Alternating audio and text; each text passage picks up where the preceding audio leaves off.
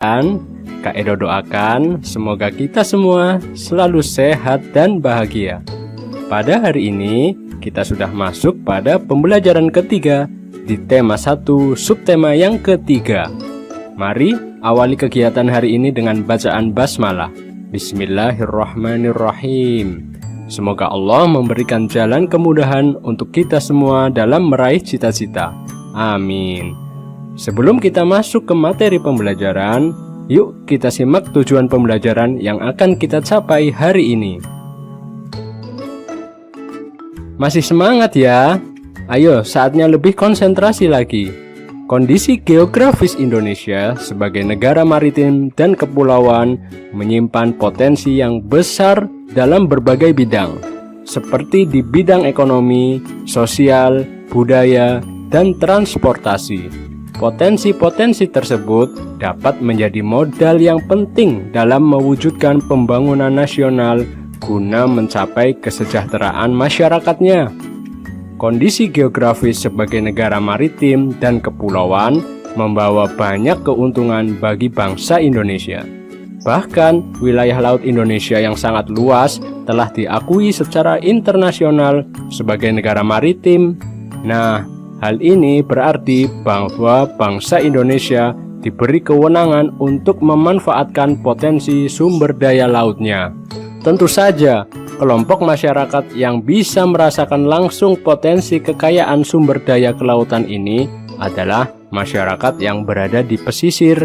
Banyak jenis pekerjaan yang bisa diusahakan untuk menunjang kehidupan ekonominya. Ayo, sekarang kita sebutkan jenis-jenis usaha atau pekerjaan yang berkaitan dengan pemanfaatan sumber daya alam laut di Indonesia.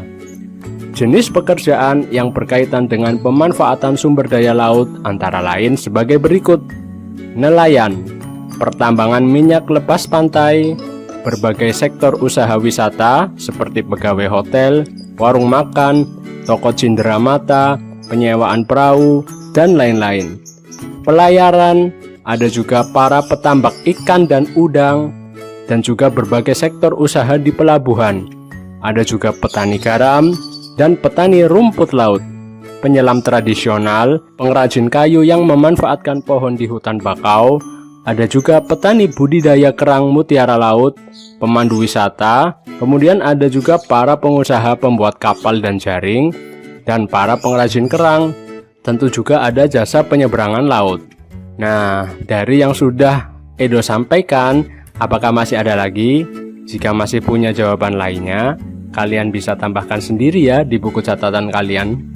Selain yang kita sudah pelajari tersebut, sebagai negara maritim, tentu saja ada dampak-dampak yang muncul dikarenakan letak dan kondisi geografis bangsa Indonesia. Mari sama-sama kita diskusikan apa saja dampak positif dan negatif yang timbul sebagai akibat dari letak dan geografis Indonesia sebagai negara maritim dan kepulauan.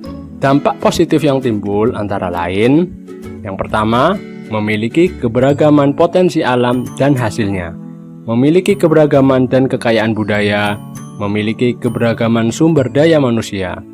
Kemudian dampak positif yang kedua adalah dalam bidang transportasi. Dalam bidang transportasi, berpotensi meningkatkan infrastruktur di berbagai daerah karena banyaknya wisatawan yang berkunjung. Kemudian dampak positif bidang ekonomi, yaitu sebagai jalur perdagangan internasional, juga berpotensi menambah devisa negara melalui pengembangan destinasi pariwisata.